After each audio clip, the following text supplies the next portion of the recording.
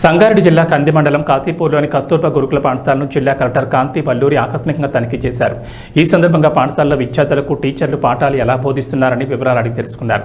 బోధనలో నూతన పద్ధతులు అవలంబించాలని, బోధనోపకరణాలను ఉపయోగించి విద్యార్థులకు బోధిస్తే విద్యార్థులు సులువుగా అర్థం చేసుకుంటారని, బోధనోపకరణాలను బోధనలో ఉపయోగించడం వల్ల విద్యార్థి తాను చదువుకున్న అంశాన్ని దీర్ఘకాలం పాటు జ్ఞాపకం ఉంచుకుంటారని అన్నారు.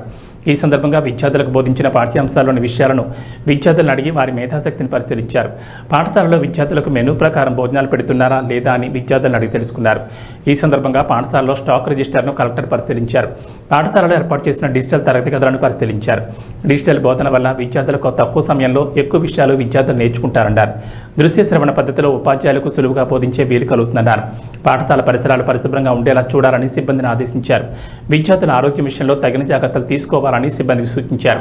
విద్యార్థులకు మెనూ ప్రకారం భోజనాలు పెట్టడంతో పాటు పాఠశాల పరిసరాలు పరిశుభ్రంగా ఉంచాలని, సీజనల్ వ్యాధుల పట్ల విద్యార్థులకు అవగాహన కల్పించాలని సిబ్బందిని ఆదేశించారు. విద్యార్థులకు ఆరోగ్య సమస్యలు తలెత్తితే వెంటనే ఉన్నతాధికారులకు సమాచారం ఇచ్చి తగిన వైద్య సేవలు అందించేలా చర్యలు చేపట్టాలని సిబ్బందికి సూచించారు. ఈ కార్యక్రమంలో కేజీబీవీ పాఠశాల ఉపాధ్యాయులు, సిబ్బంది పాల్గొన్నారు.